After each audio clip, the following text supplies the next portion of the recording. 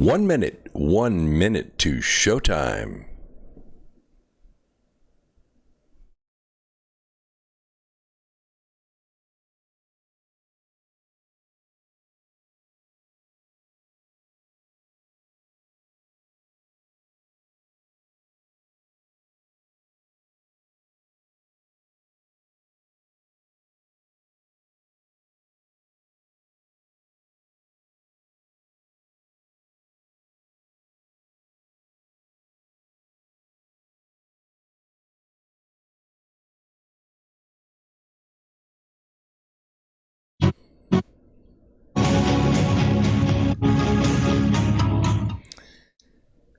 All right. Greetings, Earth Explorers. Welcome to X Squared Radio. I'm your host, Brooks Agnew, and we're coming to you live from an undisclosed location east of the Appalachian Mountains from the America Free Radio studios here on Revolution Radio on freedomslips.com. So glad that you're here with us. This is where the past meets the future. In here, the results are always positive.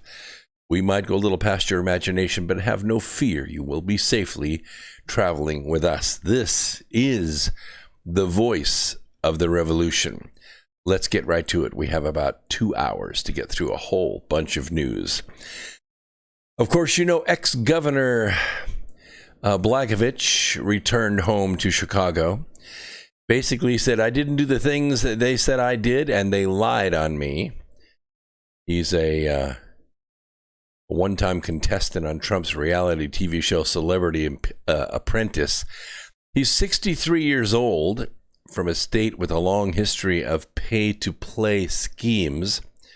He was convicted in 2011 of crimes that included seeking to sell an appointment to Barack Obama's old Senate seat, which he just held for a little while he was getting ready to run for president, and trying to shake down a children's hospital. Trump, who announced clemency for 11 people on Tuesday of last week, called Blagojevich's punishment excessive. That was a tremendously powerful, ridiculous sentence, in my opinion, and in my opinion of many others.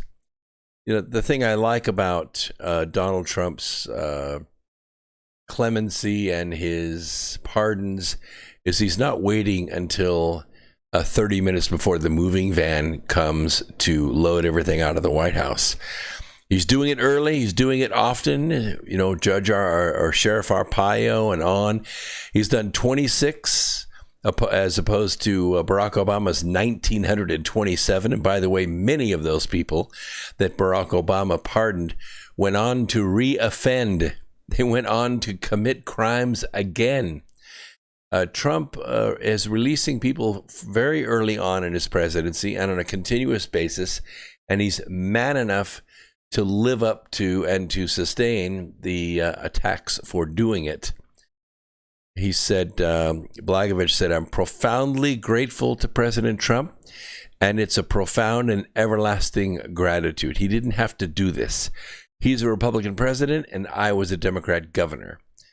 He was rushed by media and supporters as he exited the airport in Chicago early last Wednesday, signing a few autographs before getting into a white SUV and speeding out of the airport toward his home in Chicago.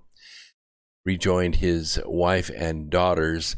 The silver-haired former governor stopped briefly on his porch and said he was happy to be home with his wife and children before disappearing into the house, where he and his family planned a homecoming press conference. Now, the thing that I find most amazing about this is the little bits and pieces that are coming out. Now, I can't really tell what Blagojevich says on Twitter and what he doesn't, because he doesn't have the little blue check yet, so we don't know if he's validated yet or not. I don't either, but there's only one Brooks Agnew. There are about 6 Rod Blagojeviches out there, and it's hard to tell which one's which. So I don't know exactly if he's saying some of these things. But after his December 9th, 2008 arrest, while he was still governor, Blagojevich became known for his foul-mouthed rants on wiretaps. In those days, they were really actually tapping the wires. Prosecutors have balked at the notion long promoted by Blagojevich that he engaged in common political horse trading and was a victim of an overzealous U.S. attorney. After Blagojevich's arrest, Fitzgerald and the governor had gone on a political corruption crime spree that would make Abraham Lincoln turn over in his grave. A joint statement from Fitzgerald and the lead prosecutors at Blagojevich's trial, none of whom worked in the U.S. Attorney's Office in Chicago anymore, stopped short of criticizing Trump's decision, but they highlighted the conviction, including for trying to shake down the Children's Hospital. Well, a lot of this, is so much hype, actually. Trump expressed some sympathy for Blagojevich when he appeared on Celebrity Apprentice in 2010 before his first corruption trial started. When Trump fired Blagojevich as a contestant, he praised him for how he was fighting his criminal case, telling him, "You have a hell of a lot of guts." And, Chicago's not beanbag. It's tough politics up there. But at his second trial in 2011, Blagojevich testified, describing himself as a flawed dreamer grounded in his parents' working-class values. He sought to humanize himself to counteract the seemingly greedy governor heard on wiretap recordings played in court. He said the hours of FBI recordings were the ramblings of a politician who liked to think out loud. He was convicted on 18 counts, blah, blah, blah. The appeals court ordered the trial judge to resentence Blagojevich, but suggested it would be inappropriate to hand him the same sentence given the gravity of the crimes. He said he's made a whole bunch of mistakes, but he didn't break any laws. He said, "I crossed no lines, and the things I talked about doing were legal. And this was routine politics, and the ones who did it are the ones who broke the laws and the ones who frankly should meet and face some accountability." I think we're going to see some real tension here because Blagojevich, for being the governor of New York, governor of Chicago, you have to understand Chicago politics. In Chicago, it isn't really the governor anymore that runs that state. It is the Speaker of the House. His name is Michael Madigan. I've talked about him before in this program. I didn't even know the guy existed. He's that clandestine outside of Illinois. But inside Illinois, if you have dinner with a few people in Rockford, people that have been there a long time, people that know what's going on, they know the level of crime. They know the deals that are made. They know the corruption. And they know who's at the head of it. And it wasn't the governor. It was Michael Madigan. And they know that if it gets to the point where he's going to be exposed, he's going to turn on anybody he can. And when he got Blagojevich to take the fall for the marketing of Barack Obama's old Senate seat, and I'm not even sure that Barack Obama wasn't even involved in some of that, who's going to take his place, but he would have needed a senator to support him from his old state. Why? Well, yes, the legislation, of course. Yes, the judges and things like that. But you have to understand that the Obamas ran a pretty corrupt community organizing business in Chicago. They sold influence. Both Barack Obama and Michelle Obama were both going to be disbarred for fraud. Michelle Obama for $375,000 in insurance fraud, and Barack Obama for unethical behavior. So what they did is, if you're facing being disbarred, that's a pretty bad thing. That's very hard to get your law license back or ever be respected if you're actually disbarred, especially if you're a politician. But what you can do prior to that coming in, you can make a deal. And the deal is you voluntarily surrender your law license. It's not such a bad deal if you're trading a $200,000 a year job for a $10 million a year job. And it's not that uncommon to do. Hillary Clinton also turned in her law license Bill Clinton turned in his law license. Of course, all this prior to them being disbarred. And that's just the way it is. So it was already very corrupt in Chicago, and Michael Madigan still runs that operation to this day up there in Chicago. Very, very tough thing. And Rahm Emanuel came out of that mess too, and plenty of violence to go around in Chicago. All right, let's move on. Second Amendment sanctuaries are forming up. In an all-email edition of this newspaper that I read, this is what I received.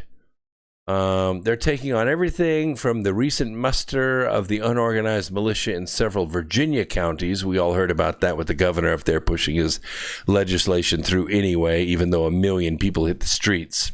Well, maybe it was 100,000, but it looked like 1 million to me. To the push by some residents of Eastern Oregon to leave the state and become a part of the state of Idaho, as well as a little rant from other people about the latest attempt by Democrats in the Virginia legislature to punish those opposed to their gun control agenda. Several hundred Virginians recently turned out in Bedford County. We already covered that. This is the next natural progression from all of this. And it's the progression from sanctuary status. Of course, they're creating these Second Amendment sanctuary cities and sanctuary counties. And according to organizer Wes Gardner, they've been lobbying, they've been making phone calls, and they've been sending emails. They said the purpose of the muster is to preserve tranquility, peace, and civil order by organizing volunteers in the event that a militia is required to defend the rights and liberties of the citizens. The militia is another avenue to help protect the counties and the citizens in that county, because what we're seeing right now is a violation of the basics of civil rights. And we're basically talking about the Second Amendment. And also the 10th and the 4th Amendments, search and seizure laws, violation of privacy laws, basically a stop and frisk, except you're not Latino or black at 2 o'clock in the morning on the streets of New York or New Jersey. You're a law-abiding citizen at the mall, or you're at the grocery store, or you're in your house. So if there were any kind of natural disasters, like an avalanche or an earthquake or a hurricane or something like that, the militia would be another organized body that they can call on at a moment's notice to help serve and benefit the community, said Gardner. As we look at how the Second Amendment sanctuary movement will grow and mature in Virginia and around the country, he says, I wouldn't be shocked to see more activity like this. Go check out the entire story from WICT TV in Virginia, and you'll see that the organizers and attendees don't come across as an unhinged mob, but concerned citizens looking to protect their rights and their local communities. It's a pretty fair and even-handed report, and they even publicized an upcoming militia muster in Campbell County, Virginia on the 29th.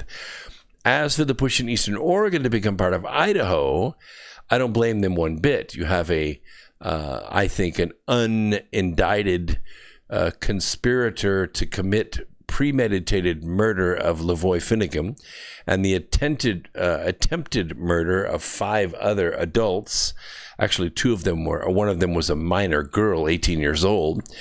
One of the individuals in the vehicle was shot twice, although not killed. All this under the governor's orders. So I think the governor should be in prison for conspiracy to commit premeditated murder, but that's just me. These counties on the eastern side of Oregon are up against the state of Idaho, and they're thinking about seceding from the state of Oregon and joining the state of Idaho. And they want to redraw the borders so they can feel like they have representation in their state government. Right now, they do not. The group is known as Greater Idaho, and they're seeking to create a ballot proposal in Oregon, by the way, that would secede not 1, not 10, 19 counties, located in the east and merge them with its neighbors. I can tell you right now that the state of Oregon will fight for those properties because they're extracting taxes from the residents of those 19 counties. Mike McCarter, one of the petitioners, said in a Facebook post that he and his neighbors are unhappy with the state legislature's work that threatens our industries, our wallet, our gun rights, and our values.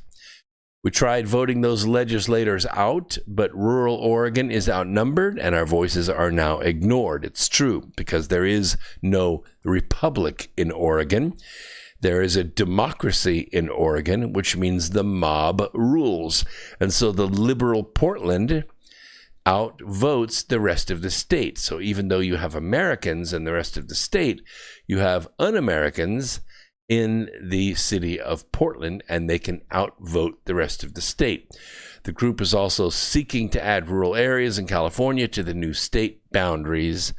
Over the last couple of years, there have been campaigns by some Californians and Oregon residents to secede and form the state of Jefferson. It's actually been done, the state of the state of Franklin. When the country was first forming up, the eastern part of Tennessee was known as the state of Franklin, and John Sevier was the governor. And what happened was, unfortunately, the state went broke. It went belly up. And it was kind of a toss-up whether North Carolina or Tennessee was going to absorb that area. But because it was west of the mountains, East Tennessee absorbed it. And it became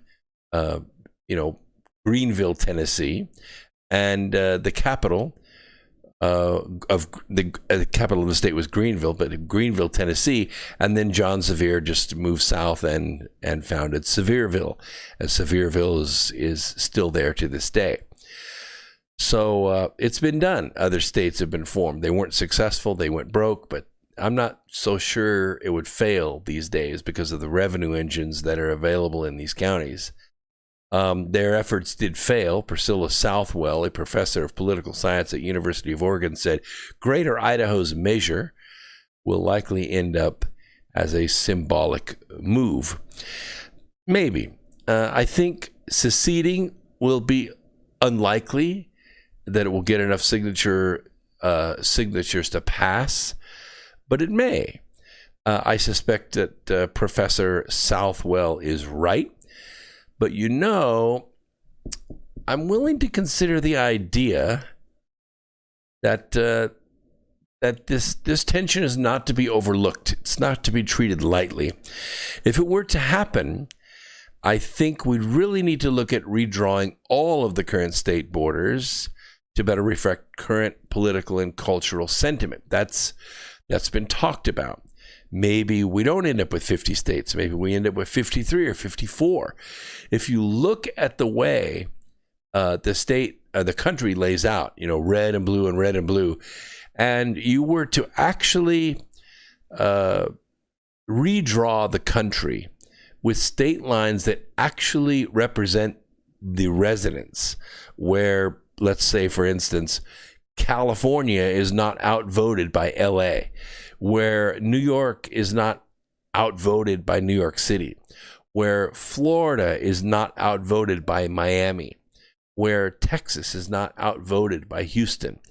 You set up these states to where these liberal strongholds that have millions and millions of sycophantic voters that can be counted on to vote in lockstep no matter what. You separate them out as their own state. Give them their representation, but give the rest of the state its representation in the republic as well. Because that's the issue at hand, is it not? The issue at hand is that the Constitution of the United States guarantees that we will have a republican form of government. It means that we have a republic, not a democracy. When you hear people talk about a democracy, that's a mob. A mob is 51% of the people, or 1% over half, make the rules. That's a mob. The bigger the mob, the more radical the rules. All you really need is a charismatic, something to get mad about, and boom, you have democracy. That's why That's why democracies always fail. Democracies doom themselves because the democracy ends up voting for itself a piece of the coffer. It drains the bank account and the country goes broke. And that's the peaceful way out. A republic is a little different in the sense that we have 50 states. Each of the 50 states have 2 senators. Each area that has a certain number of citizens gets representation in a Congress. So depending on how they draw those lines, it depends on what the representation is, black, white, rich, poor, this side of the river, that side of the river kind of thing, but also the economic layout of these areas. So you have poor counties and rich counties, or cities voting against rural areas, those kinds of things. The issue is that inside the state borders, it is a democracy. Inside the state borders, you have metropolitan areas which did not really exist in the founding of this nation. But when you have these metropolitan areas, the metropolitan area itself can outvote the rest of the state. And so the state ends up, winner take all, giving all of its delegates to the winner of that state. Now, yes, you've have had states, Colorado and Oregon and other states that have, quote unquote, passed laws that say we're going to withhold all of our delegates and we're going to give our delegates to the winner of the national popular vote. Well, I mean, obviously that can't happen because we're guaranteed a Republican form of government. So that will never happen. It cannot stand without a 38 states ratifying that. And there's no way you're going to get 38 states together to abdicate their right to vote. It's just not going to happen. There are not 38 states in the United States that are going to say our vote no longer counts. That's just never going to happen. So forget about Colorado, forget about Oregon. Talk about symbolic votes. That's a symbolic vote. What needs to happen, I think, in order to stabilize this situation and correct the problems that we have and maybe get a lot of the money out of politics, is we need to form a movement to establish republics inside the states. Yes, if you had an electoral college in the state of Florida, an electoral college in the state of California, electoral college in the state of Illinois, where each and every precinct or each and every district has its own representative, and each of those representatives gets one vote, then you would have the rural counties voting against the metropolitan counties. And you could see that it's going to get even Steven. Inside the state, it would virtually end the power of liberals forever. You would never see socialism rear its ugly head ever again, because the only people that will vote for socialism, well, there are actually 2 groups that will vote for socialism. One, of course, is the socialists. The socialists are going to make out great. Look at Bernie. Look at Bernie. He gets his own campaign to buy his book. He gets his own campaign to write a check to his wife for all of his media buys. If he buys $1 million worth of ads, his wife scoops 15% right off the top, $150,000. She gets to put it in her pocket. Last time I checked, they lived in the same house. So basically what you have is Bernie is ripping off his donors. He has a lot of donors, a lot of small donors, and many of them are multiple. They donate multiple times, $20, 2-3 times. Of course, that counts as 3 separate donors, but that's beside the point. The point is, Bernie's taking the money and sticking it in his pocket. He's making himself a multimillionaire off of 2 failing campaigns. One in 2016. And by the way, the people that are really, really, really, really excited about Bernie Sanders right now, they were all 14 years old 4 years ago. In 2016, those voters were 14 years old. And for 4 years, they have been steeped in propaganda. And now they're 18 and they can vote. They're so excited about it. They have no concept whatsoever of what socialism is or what it has done and what it can do to them. And so that's what I'm saying.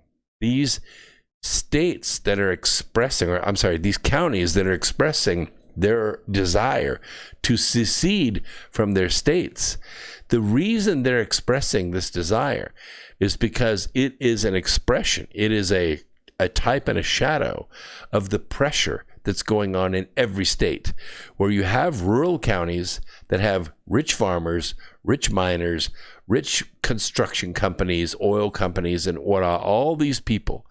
They're not represented in their state. They're being taxed without representation, and they're sick of it.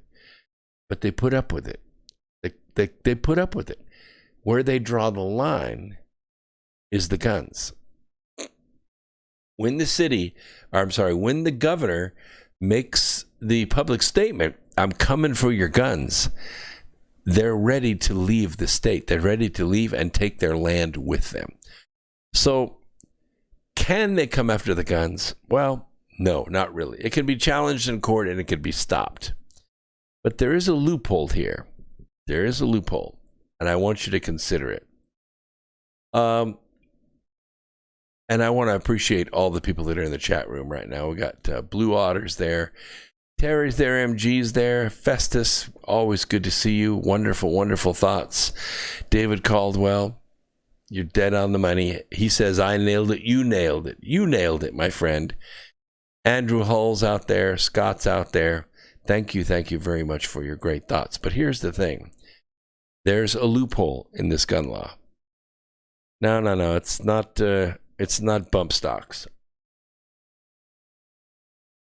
It's not even 30-round magazines. Nope. Not flash hiders or silencers. That's not it. Not semi-automatic. Nope.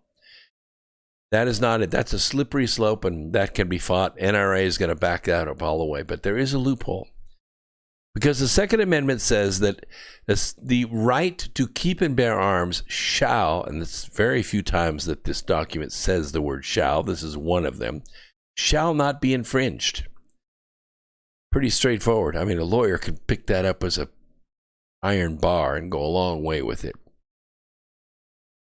But the one thing that they can regulate is ammunition. It says you have the right to bear arms, but it doesn't say you have the right to bear ammo. Democratic legislators are proposing a 35% tax on bullets. Yeah. And by the way, there's a loophole inside of that, because a lot of shooters, people that shoot a lot and care about their shooting, they load their own ammo. They reload their own brass. They buy the cap, the little primer that goes in there that they press in. They buy their powder. They buy the slug. And then they press it all together and they make their own ammo. Well, you see, this can be considered bomb making or weapon making paraphernalia. And if the ammo companies really pushed it the way that tobacco companies push it, you remember the rolling machines? You remember you could go into the tobacco shops and you could buy like a sack of pipe tobacco or whatever smells really good, and you could pour that into a cigarette rolling machine, and you could roll your own cigarettes. You could roll a pack of 20 or 2 packs of 20, and you could pay for the tobacco and the rolling machine, and you could head out, right? Well, the tobacco companies came out and said, no. That's manufacturing of cigarettes. And so they sued and they won. And they put all the rolling machines out of business. In fact, it closed a lot of tobacco shops because people rolled their own pipe tobacco in cigarettes so they could more easily smoke it. And they put them out of business overnight, like 7,500 small businesses closed overnight, just like that. Well, if the ammo companies came out and said, no, you see all this reloading equipment, that's manufacturing ammunition. And you have to have a license to be able to do that. Well, I don't think it's going to be the ammo companies that do it. I think it's going to be the legislators that do it. They're going to come out and they're going to say reloading equipment is bomb-making paraphernalia. It's terrorist paraphernalia, and we're going to outlaw it. And if you're in possession of the dies or the reloading equipment, all the RGB, all that stuff, it's all going to be outlawed.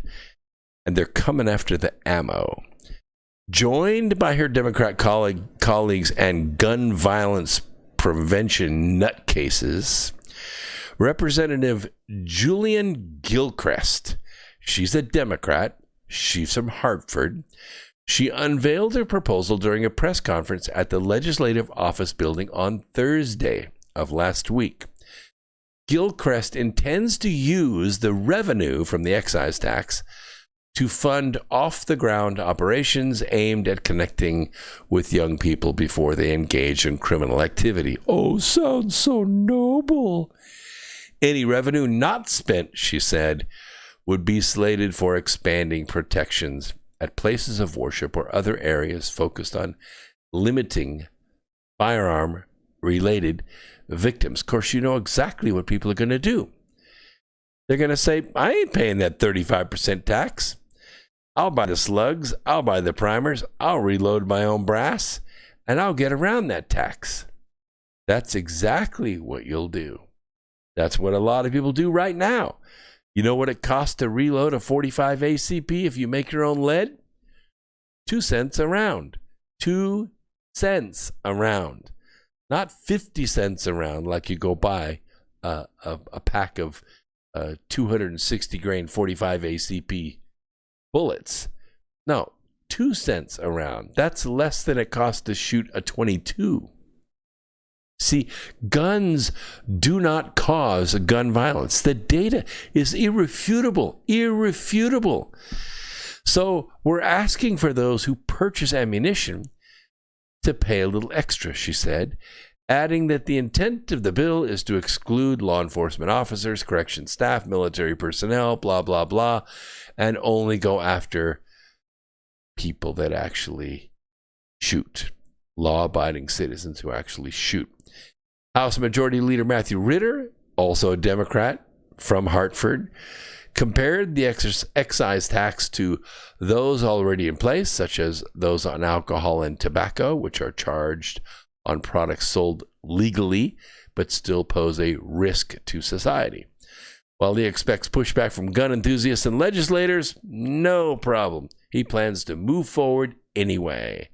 Quote, the underlying reality is that if we had more money for prevention programs, we'd have less funerals, we'd have less wakes, we'd have less tragedies in the cities we represent. Well, here's the trouble, Mr. Ritter. None of those people are law-abiding citizens. None of those people are members of the NRA. None of those people probably bought their gun legally. Every single one of them is a criminal. And they have had violence their entire lives, and it culminates in violence with a gun, which can result in a death. He said, we're not trying to take guns out of the hands of anybody. No, you're not. You're just trying to take the bullets.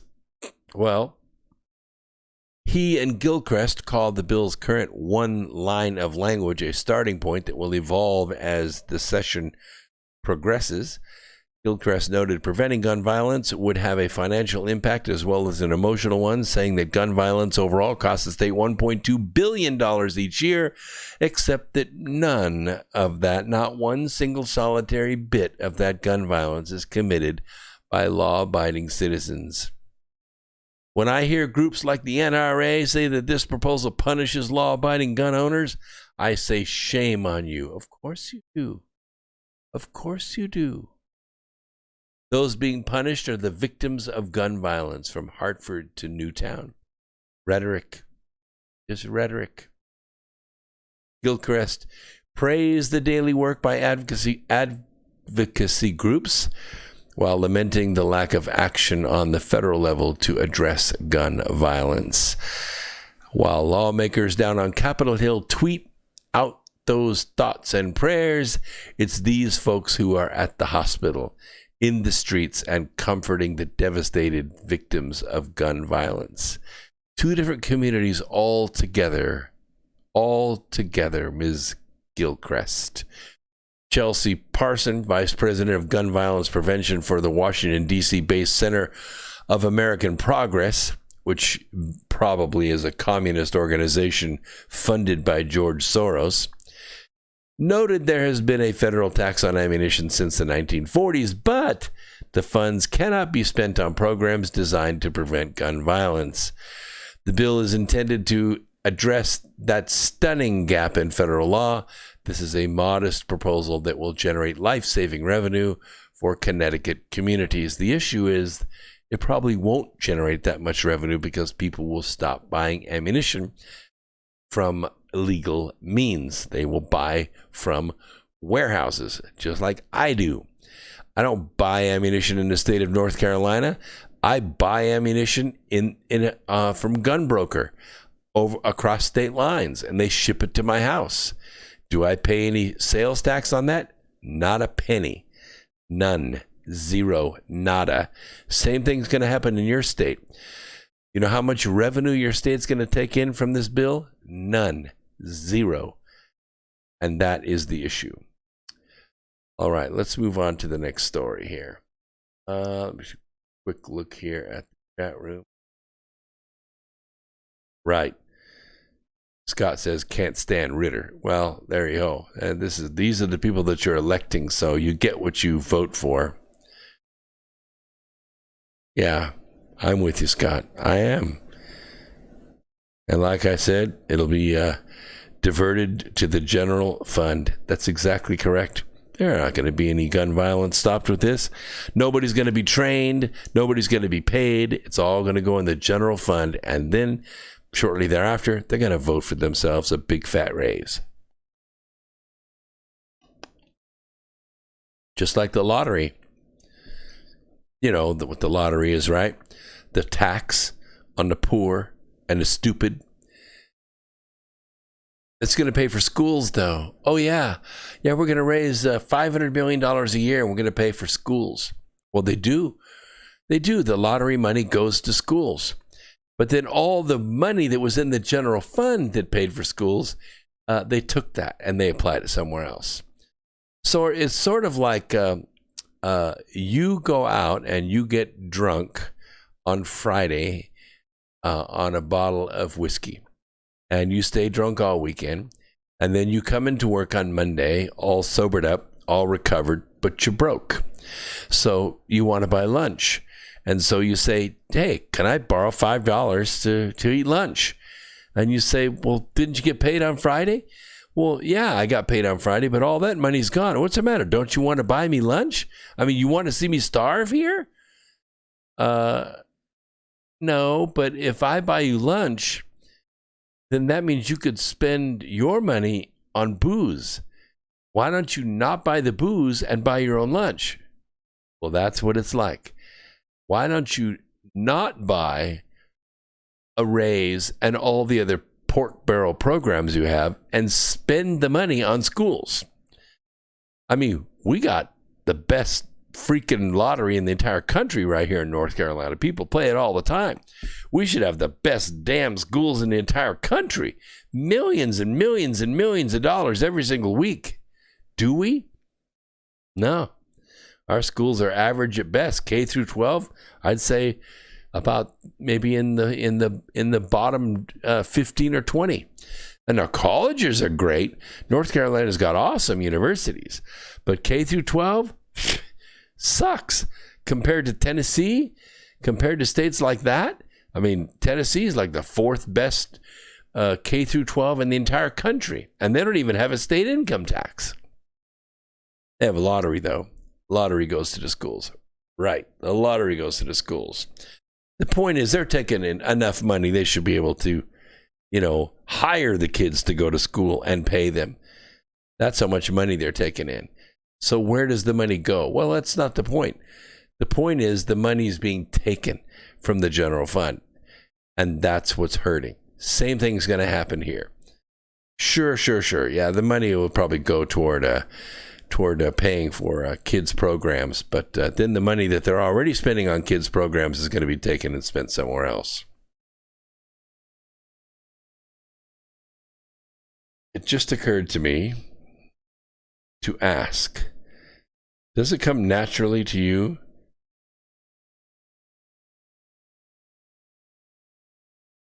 hang on a second, it's the print's so tiny.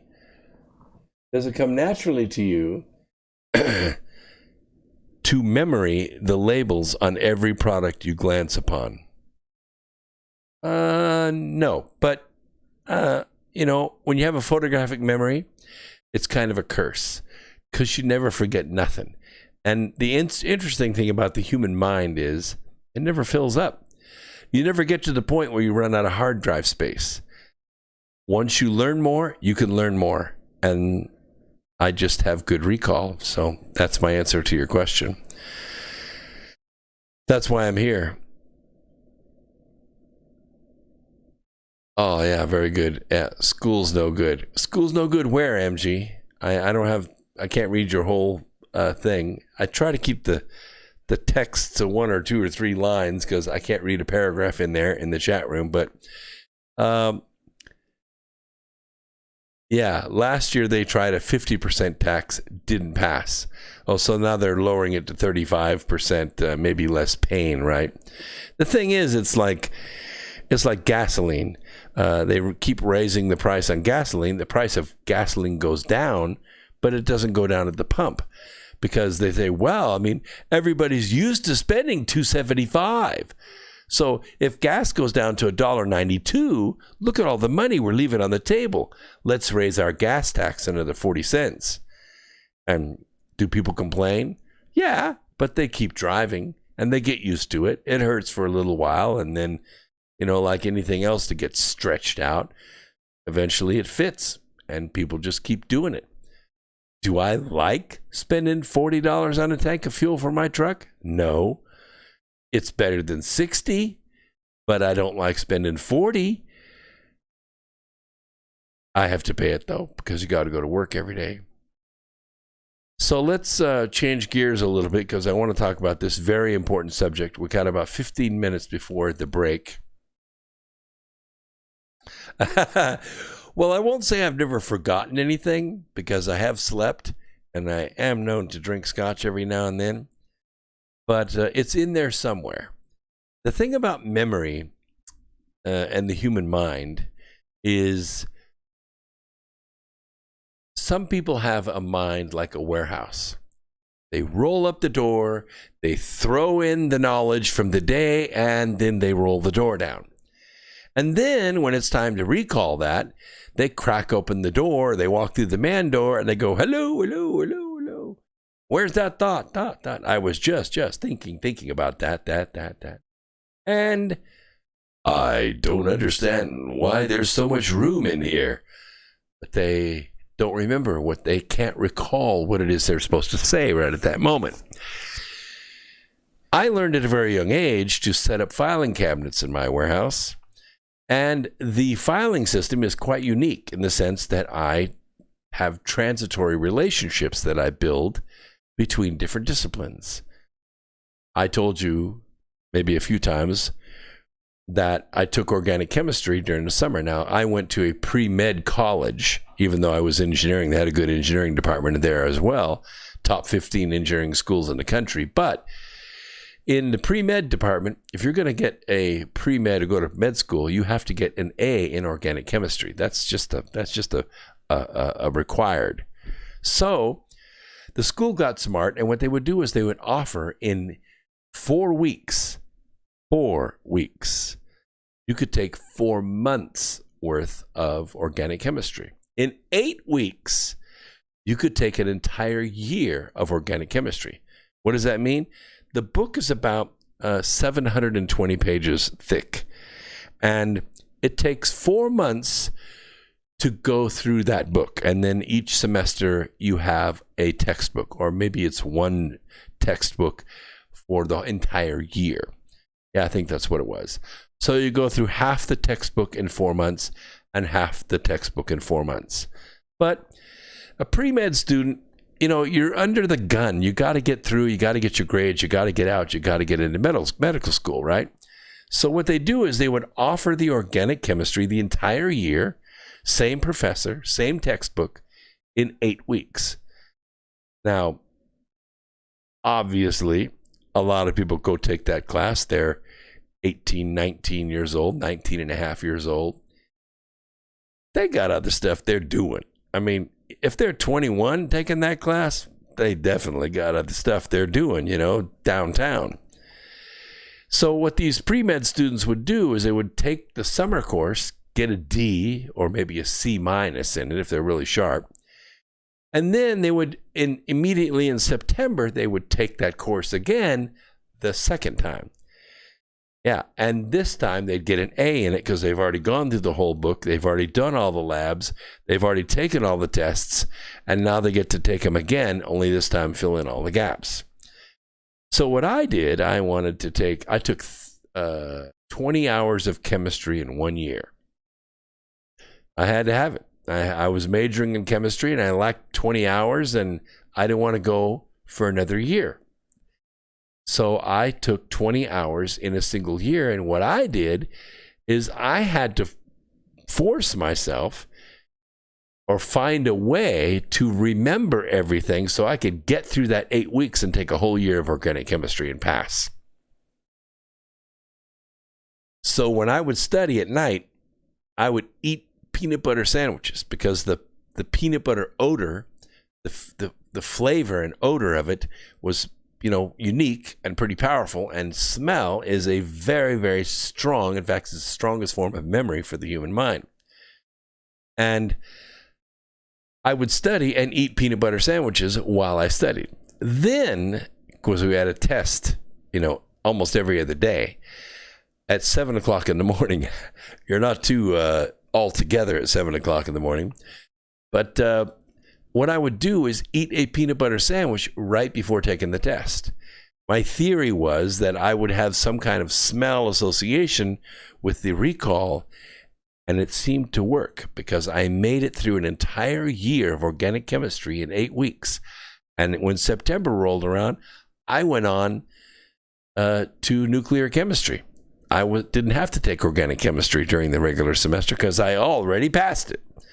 So I trained my brain over many, many years to transfer knowledge from one discipline to another so that I could have total recall in any situation I was in. I very rarely have to stumble or search for a name or a date or a value because it's right there. The filing system, I don't have to go through, the geography department to get to the music department because they're integral one with another. I don't have to, think about quantum mechanics in order to get to, planetary dynamics or geology because they're integrated one with another. It's just the way it works.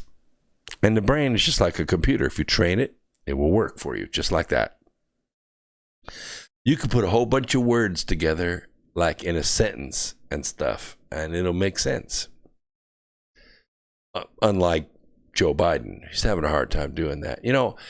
I just got to say, if any of the Biden family is listening right now, please have mercy. Have mercy. Take that old man home and let him live his life in dignity.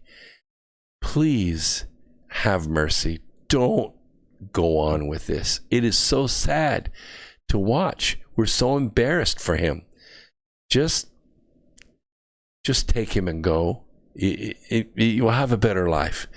Why would you do that to your grandfather? It's just, I don't like to see it. Please. All right, let's talk a little bit about what is, yeah. Okay, I get that. Boo says my brain needs a new hard drive. Yeah, you can reboot that, though. You can reboot it. No. Age has something to do with it, yes, but you could be too young and not have a mature mind. Or you could be, how old is an old mind? You can get wore out because you can get you can get stressed and just have done too much. Joe Biden is worn out. He's just not done. He's just not connected, everything connected together. But you get somebody that reads every day and learns every day and communicates every day and is not under that kind of constant stress of corruption and evil, their mind can stay sharp forever. You know, if you're in your 60s, man, you are in your prime. 80s, maybe you're getting a little rusty, but I know some 80-year-olds that are very sharp. They're not as fast as they once were on their feet, but their brain is just very, very sharp. So I don't think you need a new hard drive. I think your hard drive's just fine. You just need to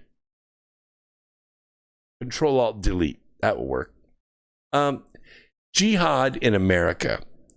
This is well, we'll get started on this, and then we'll cover it a little bit in the next hour. You know, Tariq Ramadan is a known Islamic scholar, and he's the grandson of Hassan al-Banna, who in 1928 founded the Muslim Brotherhood. You know what I'm talking about, right? 1928, the Muslim Brotherhood, very, very powerful, very respected by Adolf Hitler. Well, on July 27, 2011, there was a spy that went into an Islamic fundraising event at the Hyatt Regency Hotel in Richardson, Texas. And it was arranged by the Islamic Circle of North America, known as the ICNA. You probably don't hear that acronym very much. The key speaker in 2011 was Dr. Tariq Ramadan. Now, the spy doesn't really want to reveal how he got in there in this highly guarded Islamic venue because you kind of take your life in your own hands. But the fundraising methods were witnessed, and their goal of the fundraising was to make America an Islamic land and eventually make Sharia law accepted by elected officials without a single bullet to be fired. Yes, Tariq Ramadan encouraged Muslim attendees not to assimilate to American culture, but to rather, on a very clandestine basis, engage in political institutions. In other words, run for office, go into universities, work in the city council, work in the legal system, work in education. Then they will be in a position of power to drastically alter our way of life through what we know as, and this is a term I want you to commit to memory. There'll be a test at the end of the program. Cultural or stealth jihad. Stealth jihad. Now, Tariq Ramadan was banned from coming to the U.S., but he had a friend in the White House because Barack Obama and the Secretary of State Hillary Clinton had signed an order to lift the ban on him coming to the U.S., and it allowed him to enter the country in order to preach to his Muslim followers, which is exactly what he did.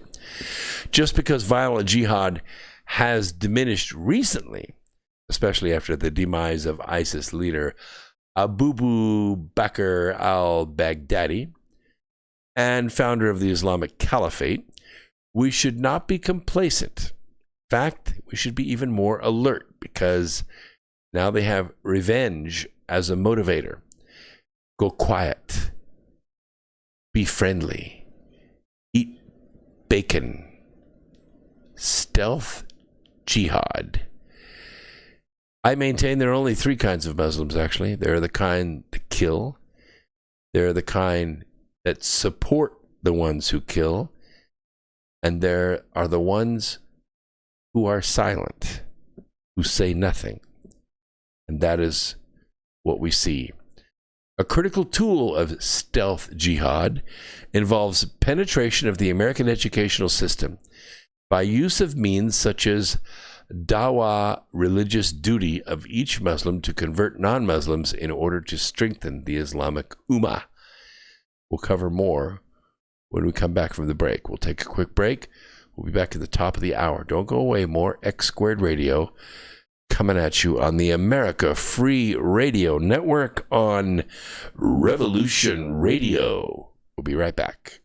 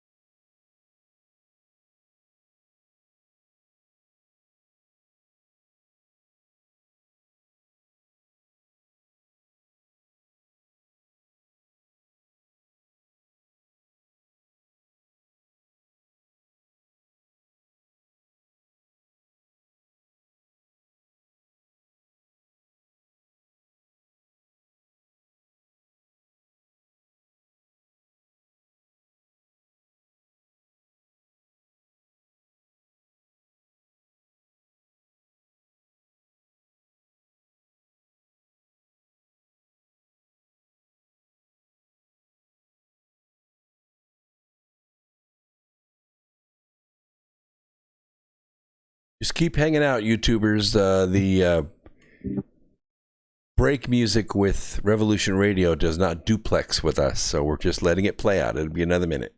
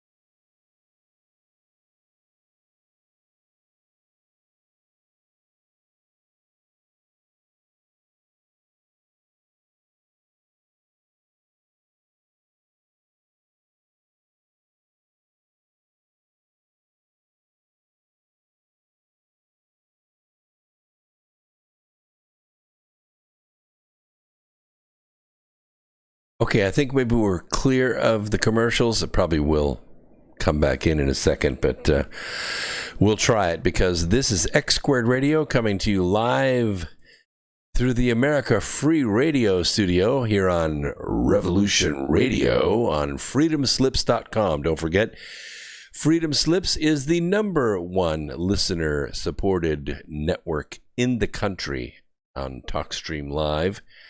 So what we want you to do is go to revolutionradio.com, revolutionradio.com, or freedomslips.com, and make a regular donation. Make it a $1 or $2 or $3 a month.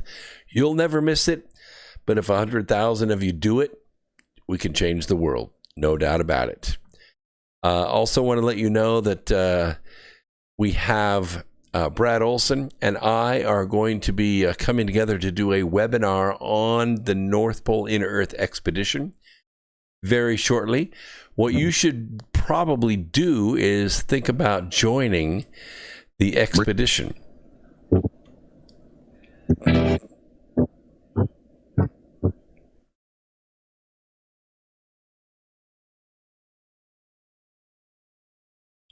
We'll do our best. We're working with it. It's one of the drawbacks of a dual network system is that the two networks don't duplex with one another. So we have to wait for the commercials to run on the other network. By the way, Kim, good thoughts out there in the chat room. She says she lives in Knoxville, Tennessee, and the Power Lottery money is put toward college scholarships through the Hope College scholarships. It's true, but not all the money goes to the scholarships. Tennessee Lottery brings in a lot of money, and a lot of that money is divided up through K through 12. The main point that I was trying to make is that the general fund money that once went to the education system has now been allocated somewhere else. So you're basically taking the lunch money and spending it on alcohol. That's the point I was trying to make. Right. All right. So getting back to the North Pole Inner Earth expedition, this is where you get to it. It's npiee.com, North Pole Inner Earth Expedition.com. I will put the link in the YouTube down below. Easy to do. If you go there, you can register for the newsletter for nothing, and we'll keep you up to date on what we're doing. You can contribute $8 a month, and you'll have access to all the videos that we're uploading to Holloworth TV. That is launching this week, actually. And if you pay $19, you can have access to the webinars and the webinar recordings. This is a really big bonus, so you can have contact with us and listen to what we're discussing live about the Inner Earth expedition, and you can even go back and look at the recordings. So that's how you access that. Don't forget, at the end of March, that should be not that way. Hang on a second. Let me fix this really quick. The Human Origins Conference is coming up. This is at the end of March, actually, not May. So let's fix that. And yeah. And then also after that is the Contact in the Desert, which is May 29th through June 2nd. So these are great conferences, the biggest in the world. Best speakers in the world. If you're near New Mexico or near Palm Springs or can get there, these are the conferences that you need to go to. Highly, highly, highly recommend this one right here, the Human Origins Conference, put on by a great couple. And it's in New Mexico, so it's very inexpensive. It's all at the resort, and you should be there. Right. Yes, we should be on the History Channel. Absolutely. We have been on the History Channel, just not as a regular basis. We've been on Ancient Aliens and other things like that. We've been on Gaia TV. If you go to my IMDb page, it boosts the ratings of the IMDb page, which is kind of nice. But you'll see all the stuff that we've done on TV, and it's pretty good. All right, let's get back to this stealth jihad, because it's important. It's going to have meaning in this campaign as we get closer to election season, because we don't just have two parties anymore. You know, we have a third party. We have the Islamic Party that's running. Many of our elected officials don't have the courage to challenge Islam. We will here on this program. They normally avoid any questions about the nature of Islam when speaking with their constituents, or just deceive them by telling them not to worry about the horrific things that are happening on the other side of the world, because it isn't all on the other side of the world. We do a report once a week on Sundays on this program that covers all of the dead and injured from the religion of peace every single week. And it's in the hundreds. It's in the hundreds. Since 9/11, it's almost 300,000 people. That's a lot of people, innocent people that have been murdered and injured because of this religion. This is the same attitude that set the Islamization of Europe on a seemingly irreversible track. If you have not been there, you need to go see for yourself. I went to UK last year. Virtually everywhere we went, from London to Edinburgh to the other side, over to Stranraer, over to Belfast, down to Donabate, which was on pretty close to Dublin on the coast, and then taking the ferry from Donabate over to Wales. Wales, I think, was the first place we actually saw a Caucasian, that is to say, white Western Europeans running a restaurant. All the rest of them, all the bars, all the restaurants everywhere, all run by Muslims. It's a pretty crazy situation. It's already happening. Islam is already in America. It has no intention of leaving or stopping. It is unbelievable that America, the greatest superpower on the planet, is gradually losing its own power to political correctness. And we're watching Ilhan Omar, and we're watching Ariana Presley, and we're watching Alexandria Ocasio-Cortez, and we're watching Rashida Tlaib, the congresswoman from Palestine. It's in your face. It's in your face, and there's nothing anyone can do about it. It's alarming, but regrettably, too few Americans are aware of all this, and organizations such as the Council on American Islamic Relations, also known as CAIR, CAIR, and this is out there everywhere. You see them all the time, and other Muslim Brotherhood linked organizations are taking full advantage of our naivete. CAIR is one of many Islamic organizations that provide refuge to this stealth jihad. Another is the MSA, the Muslim Student Association. They're the ones that run all the money through to own or operate all the mosques in the country. We had Bridget Gabriel on this program a couple of times. She was more than happy to fill us in on all the alphabet nonprofits that feed money to Islam, not only here in this country, but also in other countries. As anticare.net put it, CAIR is not in the United States to promote the civil rights for Muslims. Not. CAIR is here to make Islam the dominant religion in the United States and convert our country into an Islamic theocracy.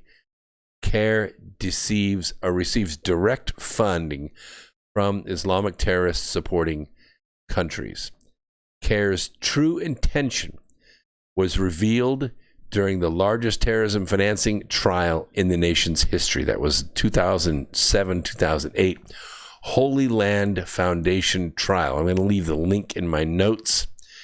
If you want my newsletter, it's easy to get. It's brooksagnew.com, brooksagnew.com. So easy to get. And if you get the newsletter, you get a copy of a brief on my notes. So if you want to do your own research, you can do that. We will send that out to you every single week, almost immediately following the program. It goes out the next day. Great thoughts in the chat room. Yes, I'll be at the conference. I promise I'll be at the conference. At the Human Origins Conference, I am the keynote speaker. And at the Contact in the Desert one in Palm Springs, I'm going to be the keynote speaker on Saturday night at 9 o'clock. I'm the big event in the big room. It's going to be on asteroid mining and the future of energy. You don't want to miss it. Lots of stuff going on with this Islam. I don't want to cover too much because I got a bunch of other stuff I want to get to tonight. I'm going to break this to you right now. You haven't heard this before. But pay attention now. Okay? Just slow the chat room down just for a second and listen. Because this is big. This is really big, and hopefully somebody from the administration is listening. Because I have figured this out today, and it doesn't take a rocket scientist, but maybe I am one and I can do it. San Francisco is conducting what I call Operation Agent Orange. It could probably be called Agent Orange Man Bad. Now, I'm sure you've heard of that, right? Well, the mayor of San Francisco has declared a local state of emergency for the coronavirus, although there has been no confirmed cases of coronavirus in San Francisco. Yeah. Her name is San Francisco Mayor London Breed. No, that's her name. London Breed. She announced yesterday the declaration in order to strengthen the city's preparedness for the virus. Yes. No. This is Operation Agent Orange. Listen to what I'm saying. Mayor Breed said during a press conference the city is, and listen to the language very carefully, prioritizing the safety of our communities by being prepared.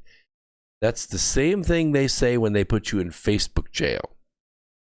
The declaration helps the city start to plan for any mobilization of the city resources and coordination between multiple agencies across the city. It allows for future reimbursements from the state and the federal government. Here we go. Our number one goal is the health and safety of all our residents, Mayor Breed said during her press conference. Really? Really? You want us to believe that? There's poop and piss and needles and sick people with malaria and typhus all over your streets. You have lost hundreds of millions of dollars in conference revenue because big organizations like nursing organizations, computer organizations, they have moved their conferences to places like Vegas and Reno to get away from the filth in San Francisco. Did you call a state of emergency when typhus broke out on your streets because people were pooping on the sidewalks? Did you call a state of emergency when cholera was discovered in your homeless camps stretched out for miles and miles and miles all through Nancy Pelosi's neighborhood? No. You don't care one whit about the health and safety of the residents of San Francisco. So what is it that you do care about? Well, in order for San Francisco to be as prepared as possible for the corona scare, today I made an emergency declaration to strengthen San Francisco's response in the case of an outbreak. To be clear, there remain no cases originating in San Francisco. This is about preparedness. This declaration allows us to mobilize city resources, accelerate emergency planning, streamline staffing, coordinate agencies across the city, and raise awareness throughout San Francisco about how everyone can prepare in the event that corona scare appears in our community. The declaration allows us to mobilize city resources, accelerate emergency planning, all of this stuff. but it's designed to do one thing. It went into effect, by the way, yesterday. What is the one thing that they want to prevent? Well, they want to prevent the spread of the virus. So far, there have been more than 80,000 cases, 2,700 deaths globally since the coronavirus first came out in early December 2019 in China. The virus has spread to roughly 30 countries, including the United States. I wonder how that happened. People were being transported by plane from cruise ships and whatever here back to the United States. Here's the thing. What this emergency declaration is allowing us to do as the mayor is she is trying to kickstart the mobilization of any of city resources and put everything in place. But the one thing that they want to do is to prevent large public gatherings. Right. We want to mitigate the harm of the new virus if it emerges in San Francisco. We're looking at a global outbreak that has entered a new phase. Both Mayor Breed and this person called Dr. Colfax, whose resume is kind of questionable here, they discussed the impact of the deadly virus in San Francisco's Chinese community. They're experiencing a stigma and discrimination. Of course, it's racism. It's a racist virus. The virus is not only about race, ethnicity, or culture. The risk of getting coronavirus, corona scare I call it, is based on travel history and contact with people who are getting sick. So, Mayor Breed encouraged the public to keep visiting Chinatown. We should continue to support the neighborhoods we love, like Chinatown. It is an amazing neighborhood and we'll continue to be very supportive. There is pretty much planning happening nonstop right now. The Department of Public Health is having a daily phone call with the region and the state, with the feds, blah, blah, blah. Here's a bunch of other rhetoric. The bottom line is that with this emergency plan in place, they're going to prioritize notifying people to not have large public gatherings. Why do you think that is? Because Operation Agent Orange is designed to use Corona Scare to shut down Trump rallies.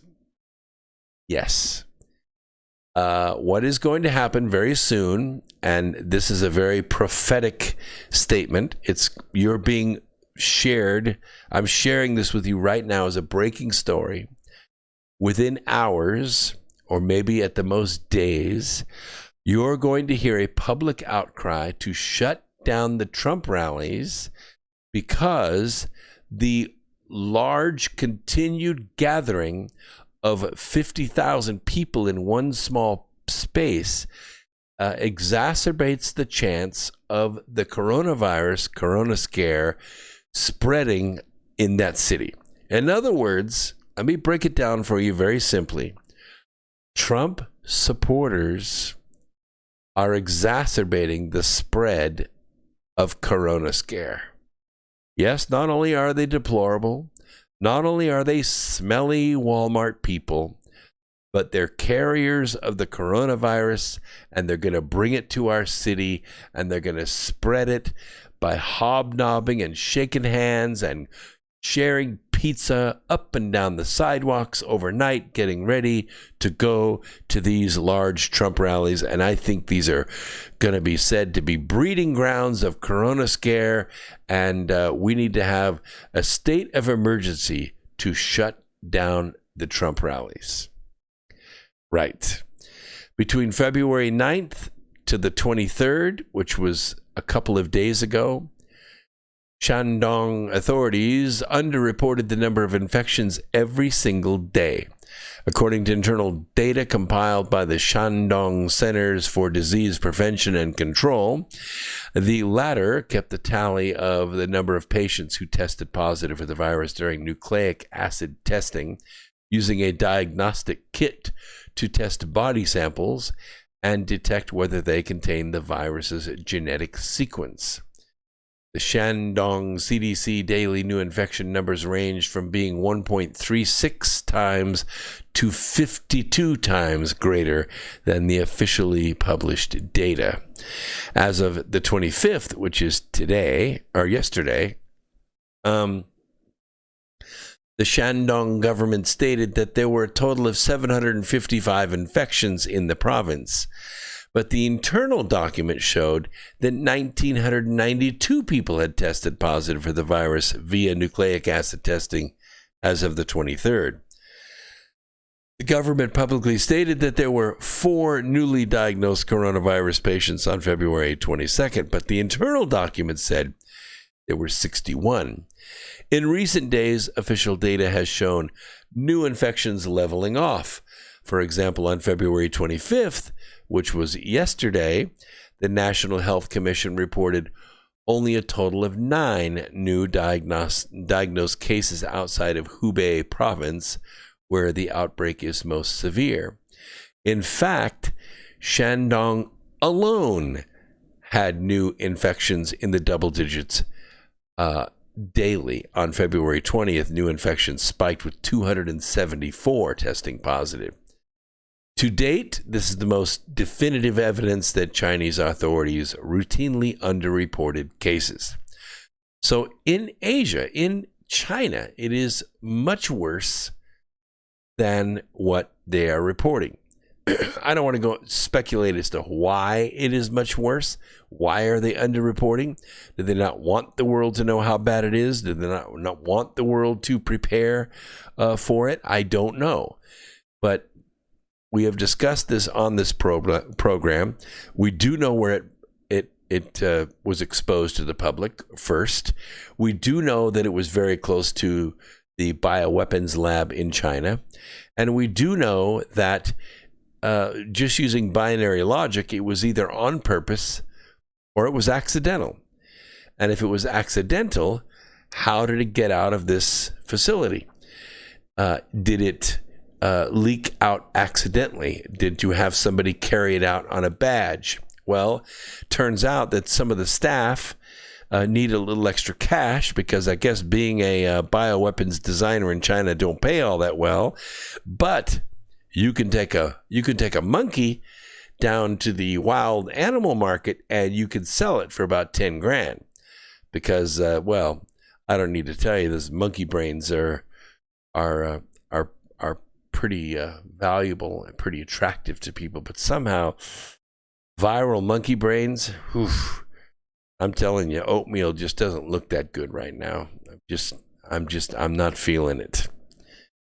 The point is that this is where it broke out. It either broke out on purpose or it broke out accidentally. If it broke out on purpose, you got to ask the question, why?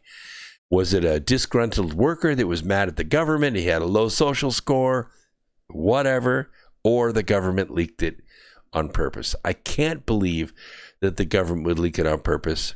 But then you think about the UN and Agenda 21, and then you have doubts. And I just have doubts. I don't have data. I have doubts, and I don't know what to tell you about that. But here's the thing. About 2% of the people that get come down with this virus are dying, which is probably a little less than what the regular flu is. About 100,000 people a year die globally of the flu. And maybe a little more than that. It just doesn't get reported that way. This flu has a tendency to tip the weak and the old into a pretty bad case of pneumonia. So can it be misdiagnosed as pneumonia instead of coronavirus? Yeah. By the time you cremate the person, no one's going to know. But the reality is that most people, about 98% of the people that are exposed, they're getting over it. They're getting over it, which means the human body is doing exactly what it was designed to do. It's building antibodies against it. The people become immune to it.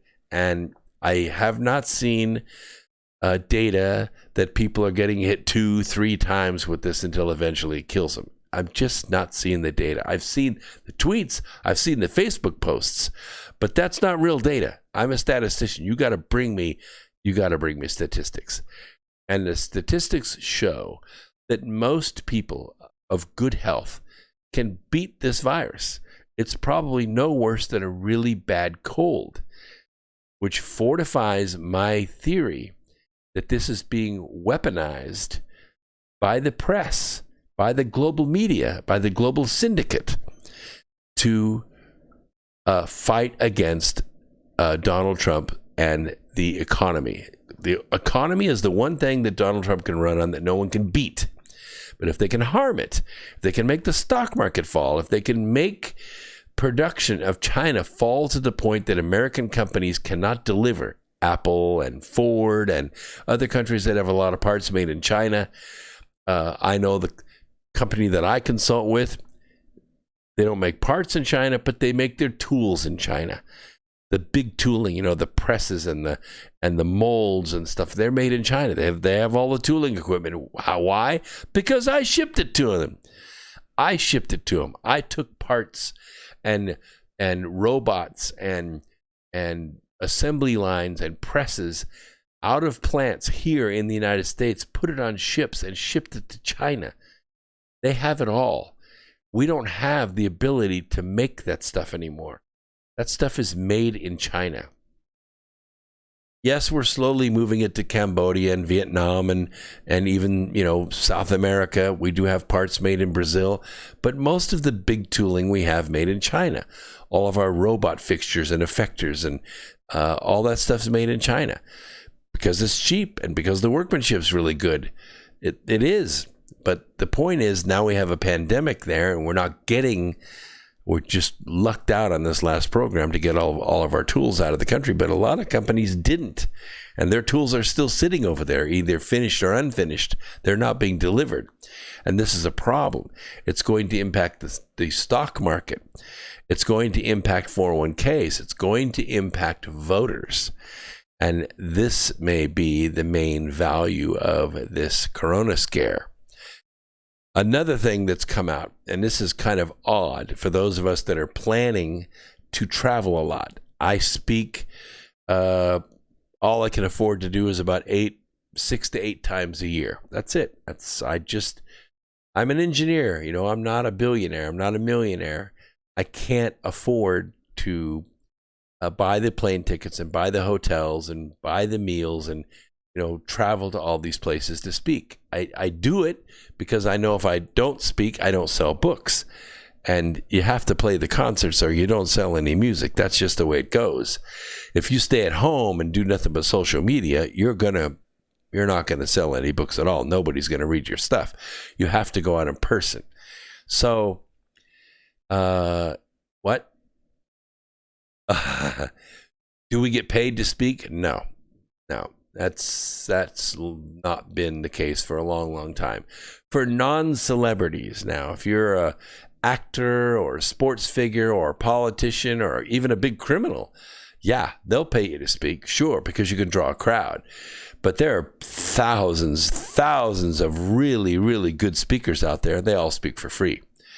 I know everyone in this genre, everyone from coast to coast. I've been on Coast to Coast 25 times. I've been on Gaia TV, History Channel, Discovery Channel. Believe me when I tell you this. Nobody gets paid to speak.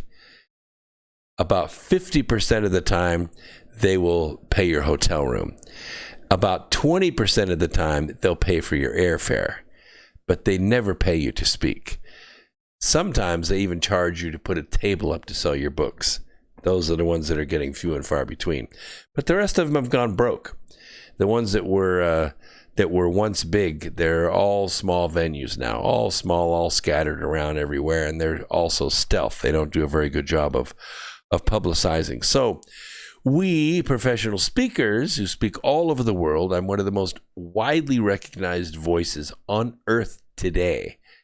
I don't get paid to speak. That's just the reality of it, okay? Don't believe what you read on Facebook. Don't believe what you read on LinkedIn. There ain't no public speaking for money anymore unless you're a celebrity. Celebrities get it, but that's because they can draw their own ticket sales. So we do webinars and we do 6 to 8 appearances a year, and that's it.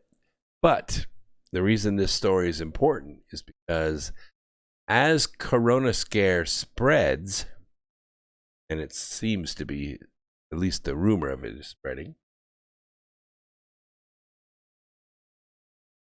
the nation's leading health official told a Senate committee yesterday, and I quote, "We cannot hermetically seal off the United States to a virus," close quote.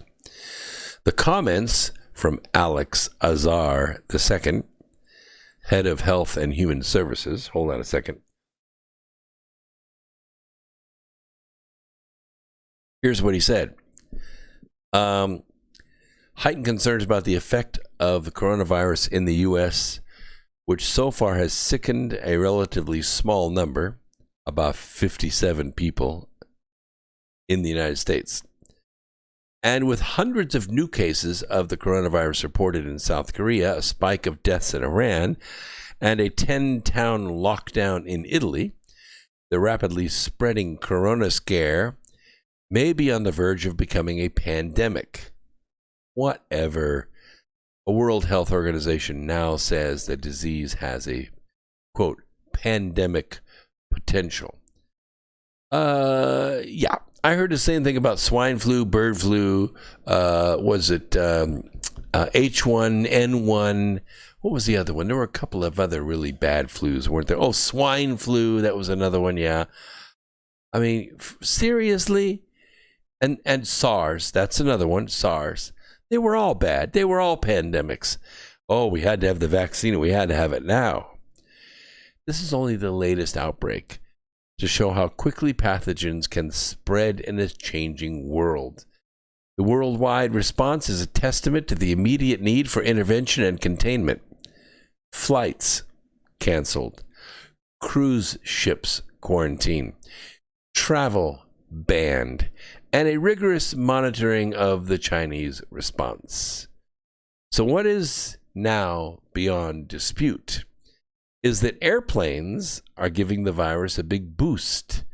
You're all shoved in an aluminum can, breathing the same air over and over and over again, and that little cart goes right down the middle of the aisle and picking up the cups and transferring everything, and by the time that flight is done, everybody on that plane has been exposed.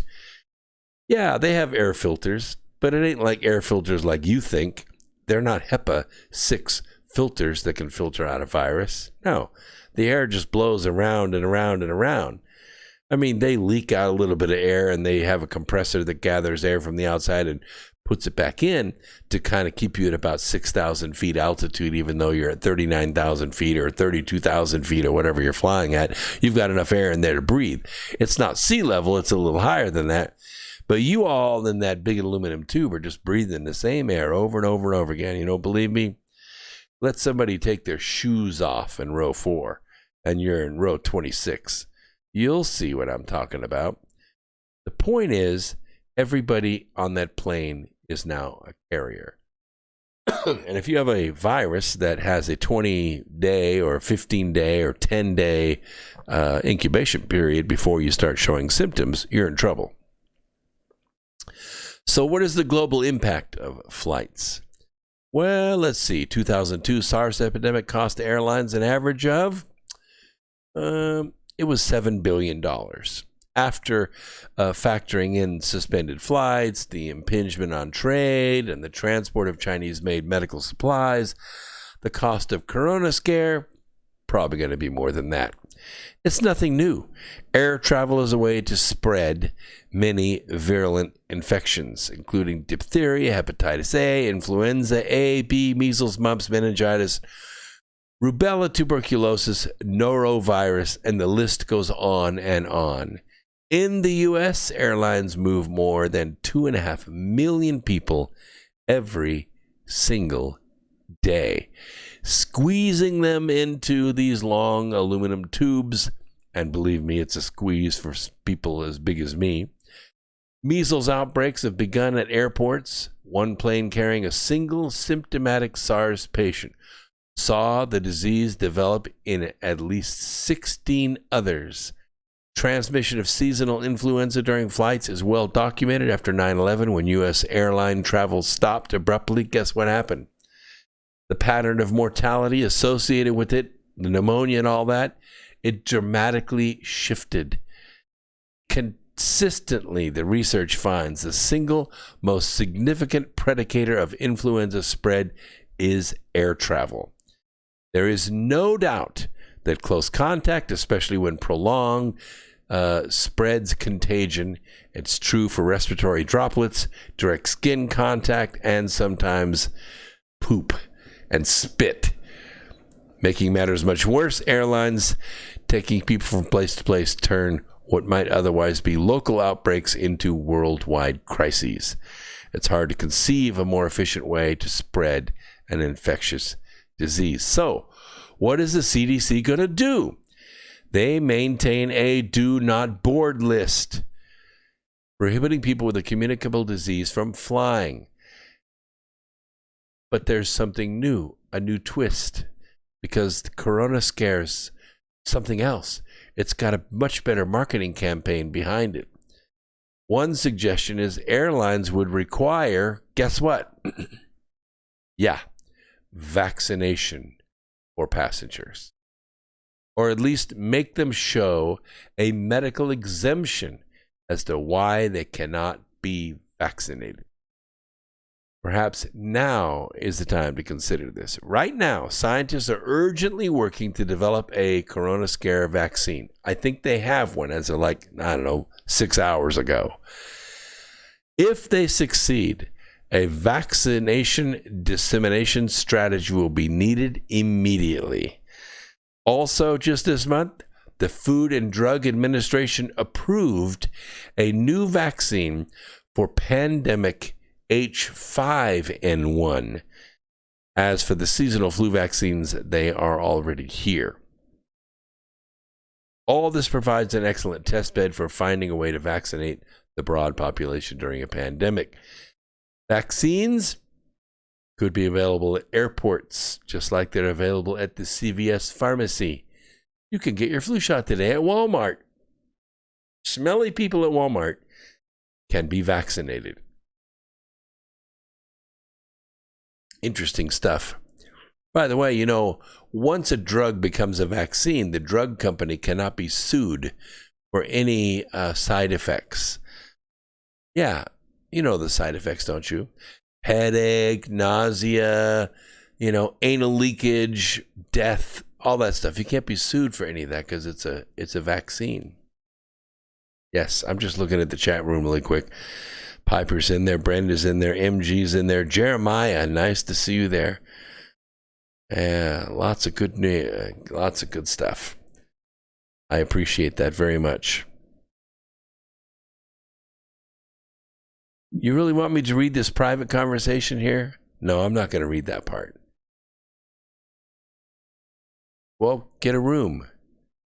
All right, let's talk about New Mexico a little bit. I'm going to be going to New Mexico in April for the Human Origins Conference. New Mexico has red flag laws coming. Yeah, this is really a slippery slope here, this red flag law, because you know where it's going. It's not just, hey, this guy is, yelled at his wife and he has a gun. And so we need to go get his guns. And if he doesn't give them up, well, we'll just kill him. This guy was printing in the fresh produce department. Printing means your gun was showing through your clothing. And obviously he has a gun in a grocery store, and I feel threatened, and we need to come get him, and let's take his guns. Because what sane person would wear guns in public? Yeah.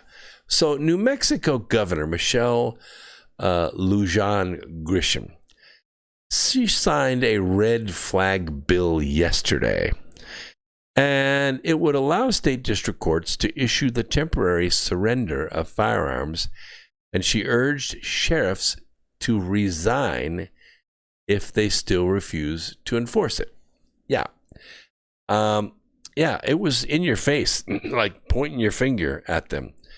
Flanked by advocates for stricter gun control in support of law enforcement officials at the signing ceremony, Lujan Grisham said the legislation provides law enforcement authorities with an urgently needed tool to deter deadly violence by taking firearms from people who pose a threat to themselves or others. Some sheriffs, mostly from rural areas, are against the bill. And they think it's a violation of constitutional guarantees of due process, free speech, and the right to bear arms, which it is.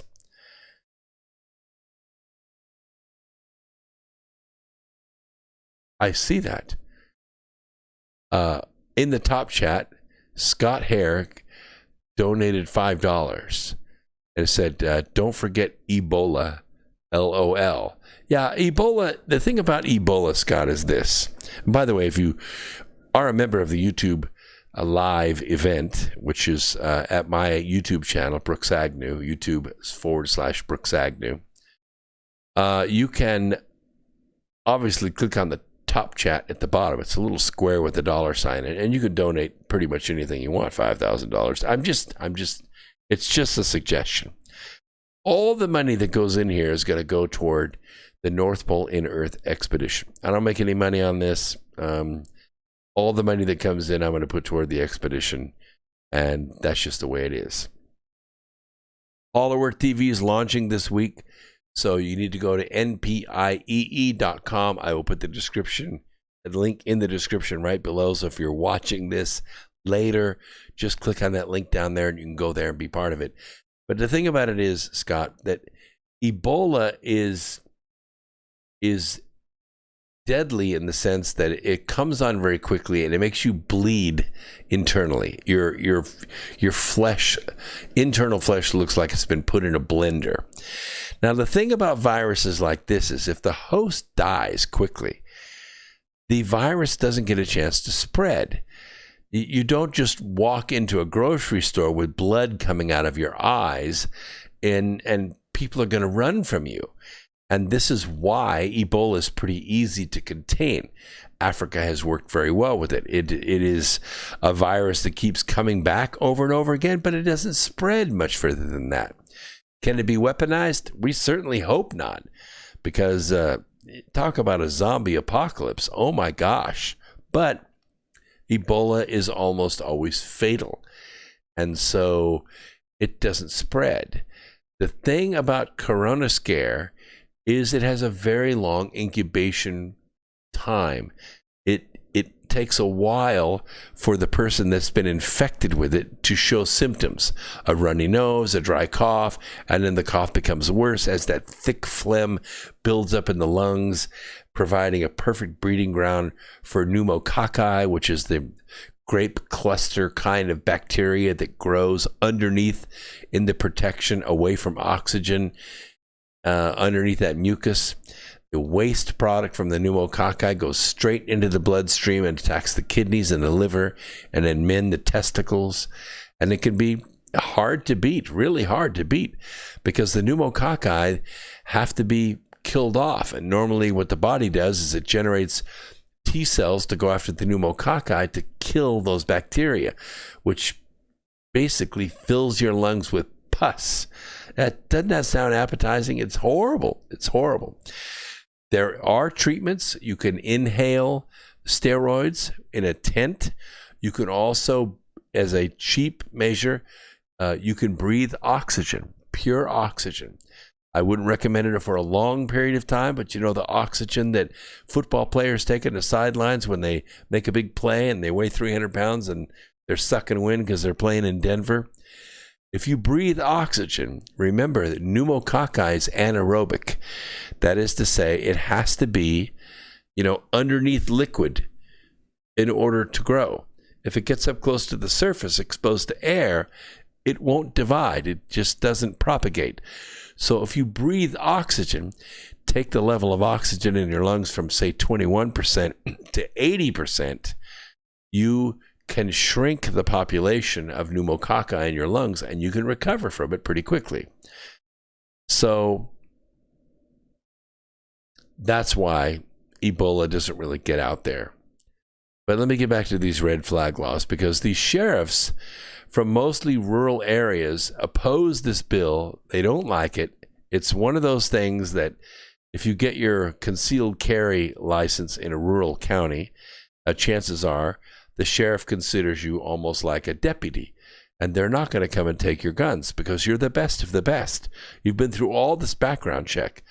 In fact, I think I have it right here. As a matter of fact, it's my 5-year renewal, but this is it. This is in North Carolina. Look at this. These are all the questions you have to answer in order to get a concealed carry license. There must be 100 things in here. And one of the things also I have to provide, that's a DD 214. Yeah, that's the honorable discharge that you get when you serve in the armed services. If you don't have an honorable discharge, you're not getting a concealed carry license. Simple as that. All these questions. Now, to get this, and this is a renewal. I've already had it for 5 years. In some states, these things are really, really hard to get. North Carolina, it's part of our Constitution. And we have reciprocal agreements with all but I think 13 states. There are 13 states I can't carry a weapon in, but all the others I can, if I want to. And sheriffs support that, because if you can answer all these questions, you're a model citizen. You know, you're a model citizen. You've never been angry. You've never been convicted of a crime, never been arrested, never had any violence. I mean, this is the best of the best. These are the people that you want to have armed in your community. Well, the point is that the governor is trying to take guns away, and so this is why she's going after it. So the New Mexico Sheriff's Association president, his name is Tony Mace, and he lives in Cibola County, and he said the new law goes too far by potentially impounding guns before any crime is committed, and that he and other sheriffs will assert their discretion over its enforcement. He said, and I agree with him, we don't work for the governor. We don't work for the legislature. We work for the people that elected us into office. That's why sheriffs are considered the premier law enforcement officers in your community, the highest authority, because they're elected. They're selected by the people, not the mayor, by the people, not the governor, and that's why they have ultimate authority, and they don't have to resign. All right. This is a good story. Let's cover this one. The appeals court today approved the Department of Justice action on sanctuary cities. This is a big deal because there are 200 sanctuary cities in 28 states. Basically, these cities are taking it upon themselves to defy federal law.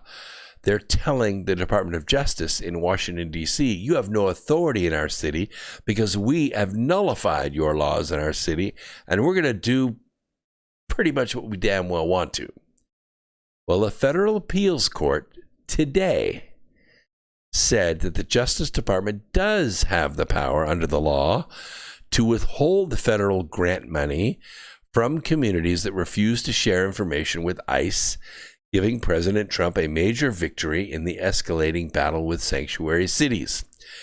Sanctuary cities, for those of you that don't know what they are cities where the leaders of that city have decided that when a person is arrested for a crime, let's say robbery or battery, they are arrested, they're put in jail. They serve their time. They get out of jail. If they're in the country illegally, that is to say they are undocumented, they're from Honduras or they're from Somalia or they're from they're a foreign citizen. They're in our country, they committed a crime, they go to prison and they get out of prison. The very first thing that should happen is Immigration should pick that person up right there at the jail. They undo the handcuffs as they're released, and they put the handcuffs right back on them and take them out of the country. You, sir, are going back to your home country. You're going back to El Salvador. You're going back to Uganda. You're going back to your home country. We do not want you in our country any longer. The sanctuary cities have said that's not going to happen anymore. That person gets out of jail, we're releasing them into our community. The issue is that the community is now put at risk because that person 9 times out of 10 is going to reoffend. They're going to rob again, they're going to rape again, they're going to kill again. And what ICE has been tasked to do by the President of the United States is to protect the American citizens first and say, when these criminals get out of our prisons, we're going to deport them. Now, the decision by the Second U.S. Court of Appeals stands in contrast to rulings by a number of other courts and could make the sanctuary issue ripe for a Supreme Court challenge. Oh, it most certainly will be. Because Judge Rena Raggi, a Bush appointee to the Second Circuit, said jurisdictions that refuse to cooperate are flouting federal law, and yet they are begging for federal money. Quote, there is something disquieting in the idea that states and localities seek federal funds to enforce their own laws, while they themselves are hampering the enforcement of federal laws, or worse, violating those laws, like helping them escape from ICE, warning them when ICE is coming, shielding them from being apprehended by ICE. And it makes ICE have to go into the community and, at great risk to their own personal safety, to apprehend these people and deport them. She pointed out that the Trump administration's stance is not new and that the Obama administration began to take similar steps at the end of its tenure. The ruling clears the way for the government to withhold burn justice assistance grant money from some of the plaintiffs: New York, Connecticut, New Jersey, Rhode Island, Washington, Massachusetts, Virginia, though not all of them. And that's because some of them are covered under some of those other conflicting appeals court judges. The Justice Department still claimed victory. They said, today's decision rightfully recognizes the lawful authority of the Attorney General to ensure that Department of Justice grant recipients are not, at the same time, thwarting federal law enforcement priorities. The fight is actually over a section in the law. It's section 1373. It was written in 1996 by Congress. And it says localities applying for certain pots of money from the Justice Department may not block their employees from sharing information with Homeland Security regarding the citizenship or immigration status, lawful or unlawful, of any individual. The Trump administration issued guidance saying that to comply with that, localities needed to certify that they were in compliance with the law, that they would honor information requests from Homeland Security, and that they would allow immigration authorities access to their prisons and their jails.